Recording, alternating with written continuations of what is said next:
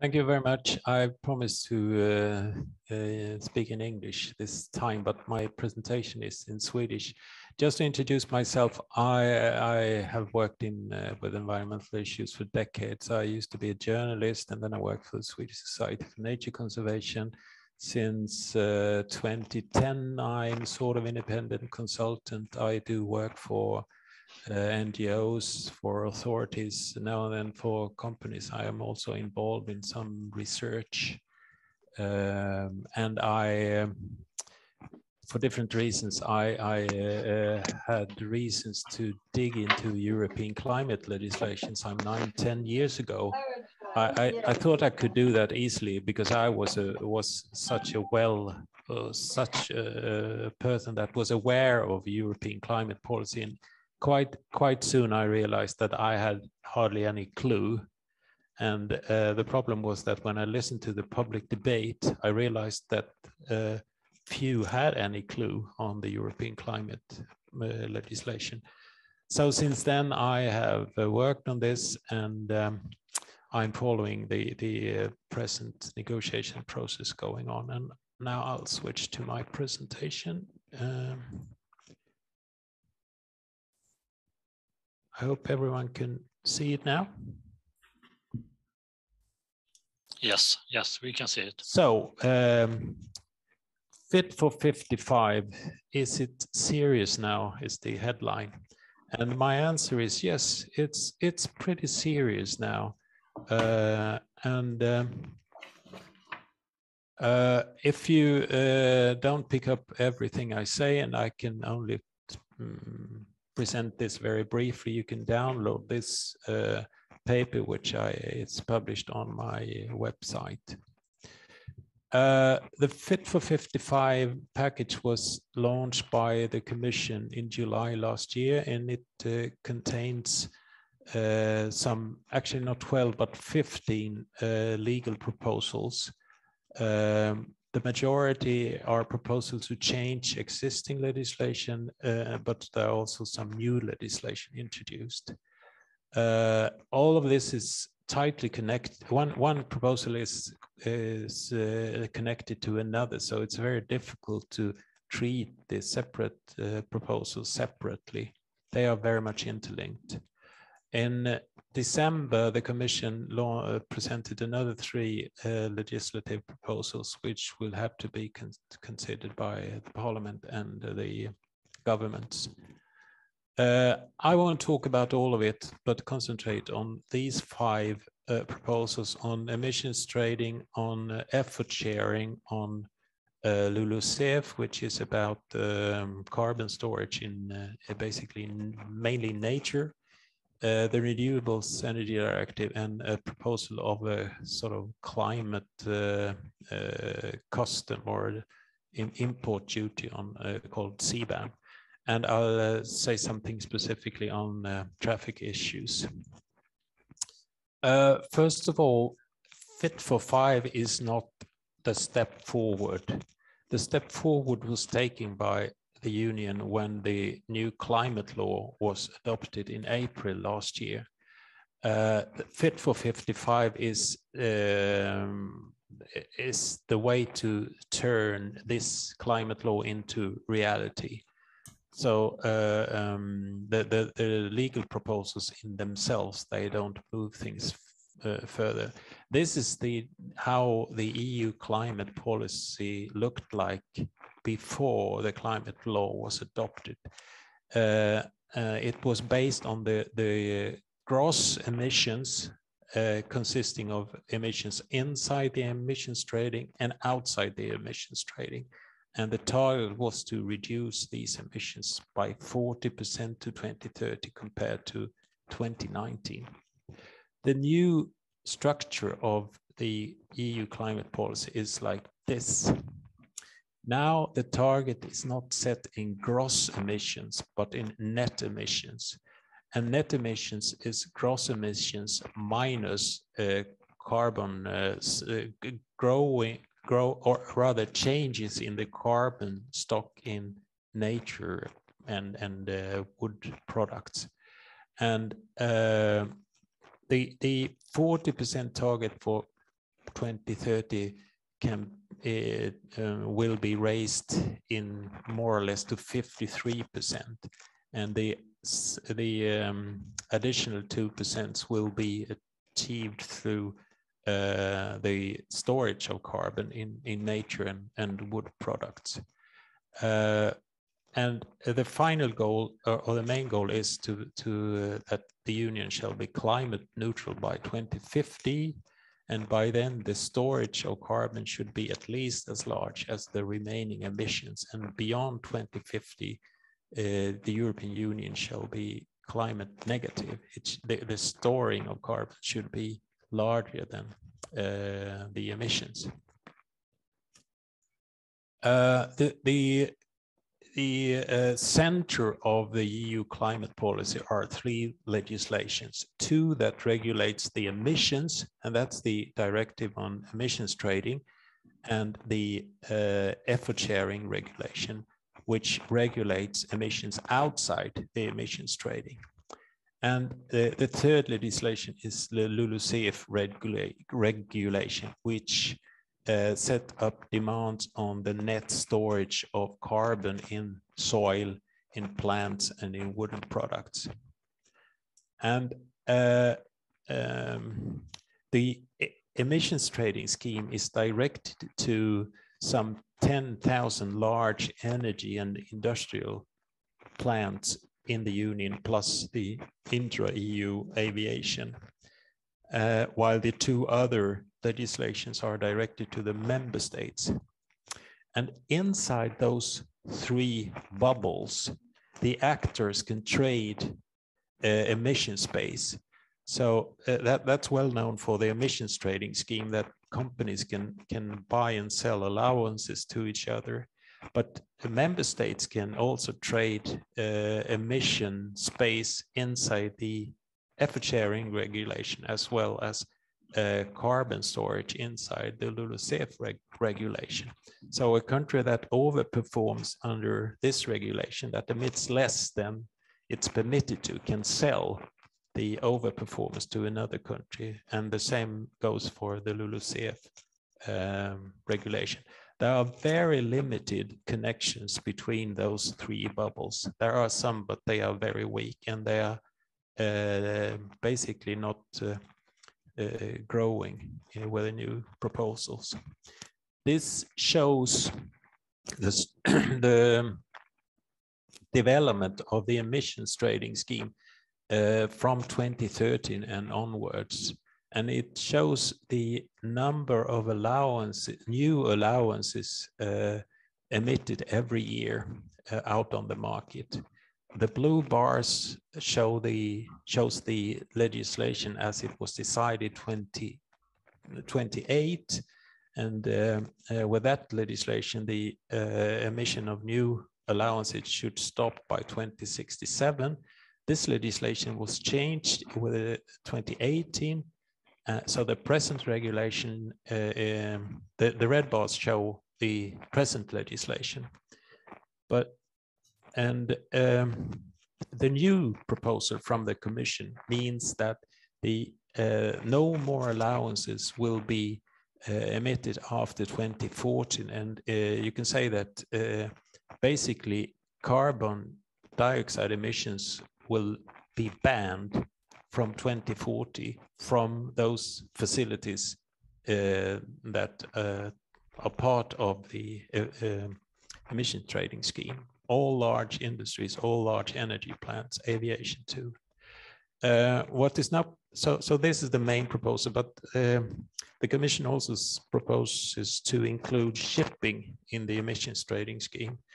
And it also proposes to end the free allocation of allowances in different steps already within, say, some 10 years or so. After that, there will hardly be any free allocation. All new allowances will be placed on the market through open auctioning. The effort sharing regulation is directed to the countries, and the countries to all together have a limit they are not permitted to emit more than this amount each year.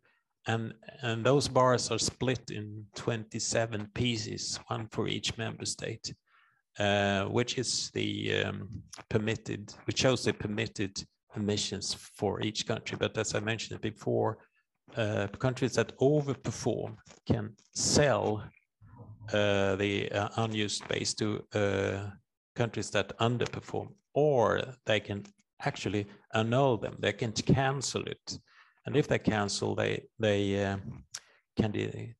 strengthen the EU climate policy. The present legislation has a target of -30% compared to 2005. And now the Commission proposes to strengthen this to 40%, -40%. And for Sweden, that would mean that the present requirement to reduce by 40% to 2030 goes up to -50%, which is the hardest demand. We have that together with some 5 other countries. There is also another proposals to put the emissions from road transport and heating that is covered by the effort sharing regulation in a new separate emissions trading scheme. And this will probably raise prices on transport fuels and other fuels, and to handle the distributional impact of that, the Commission has proposed to to take 25% of the auction revenues from this trade and put it in a social climate fund to compensate and neutralize the unwanted impact of this from social point of view. The allowances will be put on market on this pattern, and the emission of new allowances will end some years into the 2040s, and by then those sectors, road transport and heating, cannot emit carbon dioxide anymore. Third pillar in the legislation is the LULUCF regulation, and this shows the sequestering of carbon basically in the landscape, in the European landscape. The largest sequestration takes part in the forests, the green bars. The red bars show the growing amount of carbon stored in wood products like buildings and bridges and furniture or whatever. Some part of the landscape emit carbon, like builded areas, agricultural areas, some wetlands and so on. And the black line shows the net. The net has for several decades been around 300 million tons, but the projection is that it will go down to 225 million tons. And if you add those 225 million tons to the -53% I showed on one of the first slides, you will reach a minus of 55%. But in the negotiations on the climate law, the Parliament thought this was not enough. So at the end of the process, there was a specific demand put in the agreement that the total sequestration should go up to 300 million tons by 2030. And then EU would reach something that is called as almost -57%. And by 2050, this figure will have to go up to compensate for remaining emissions, maybe up to 500 million tons. The Commission has presented, to reach this, the Commission has presented a proposal that would mean a sequestration of 10 million tons by 2030. The requirement of Sweden would be the biggest of all, 47 million tons. It's not extremely high, but it's high, and this is extremely controversial within, especially the forest industry right now. Last, I'll say a few words about the Renewable Energy Directive. It requires at present the Union to reach 32% share of renewable energy. The proposal is to raise this to 40%. And there is one strategic part from Swedish point of view, the requirement on bioenergy. In the Article 29, it defines those requirements, and bioenergy has to comply with these requirements to be counted towards this target, and also for the member states to give tax reductions or other benefits for bioenergy, and also for bioenergy being zero accounted for under the emissions trading scheme. If bioenergy does not comply with the sustainability requirements in the Renewable Energy Directive, if you use bioenergy, you have to surrender allowances for the emitted carbon dioxide. And those criteria look like this right now, and the Commission proposes a much developed fourth paragraph here. And this is also very controversial. It mentions, it requires that clear cutting have to be reduced, and also increased accumulation of dead wood on the member states. Then we have this carbon dioxide custom. It's called the Carbon Border Adjustment Mechanism. The proposal is that a new fee will have to be paid when you import to EU cement, fertilizers, and iron, steel, and aluminum products, and electricity. And this charge will be based on the amount of carbon dioxide embedded in the product, multiplied with the actual price on EU emission allowances minus the carbon price paid in the production country.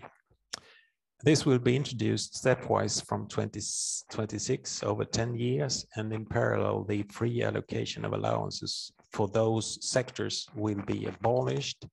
The revenues will be used to mortgage the loans taken under the Corona recovery package. The countries that will be most affected by this is Ukraine, Russia, Turkey, Serbia, and Morocco. So it's countries pretty close to Europe. You don't import cement from far away, for example, that's why. And you also don't import electricity from other countries than those who are close to the European Union.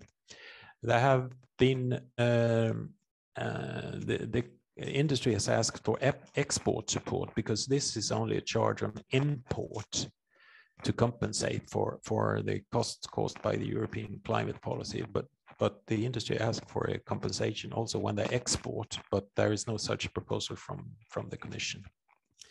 Finally, on transport, the Commission proposes sharper CO2 requirements on cars and vans from 2030. And the blue line shows the present legislation, the brown one, the proposal. And by 2035, the requirement would be zero emissions from all cars. That would, in fact, be a ban on internal combustion engine vehicles. They also propose a requirement on the country to set up charging infrastructure and also hydrogen infrastructure along the main road net and in harbors and so on. And the road transport would be included in the new emissions trading scheme from 2026. On aviation, today, fuel taxes on aviation fuel is not permitted. but the Commission proposes that there will be minimum taxes on aviation fuel instead, and that the countries can decide on the tax level on their own. They also propose there will be a mandatory requirement for the aviation company to fill, to tank their aircrafts in the airport of departure. This is to prevent them from tactical tanking, so-called tankering. And they want to introduce a mandate blending in the fuel of renewable aviation fuel. And the free allocation of allowances will be phased out for aviation. On shipping, same goes on taxes as for aviation. It's not permitted to tax shipping fuel. It will be allowed, and the member states can tax whatever they like. They suggest a reduction duty, or whatever it's called in English, the same system as we have now in Sweden on road transport fuels. So there will be a requirement to lower the life cycle emissions per energy unit. And finally, the shipping emissions will be included in the present emissions trading scheme. All of this is, as you can understand, pretty complicated, but there is a summary of this in this short report that you can download from my webpage. And that's it.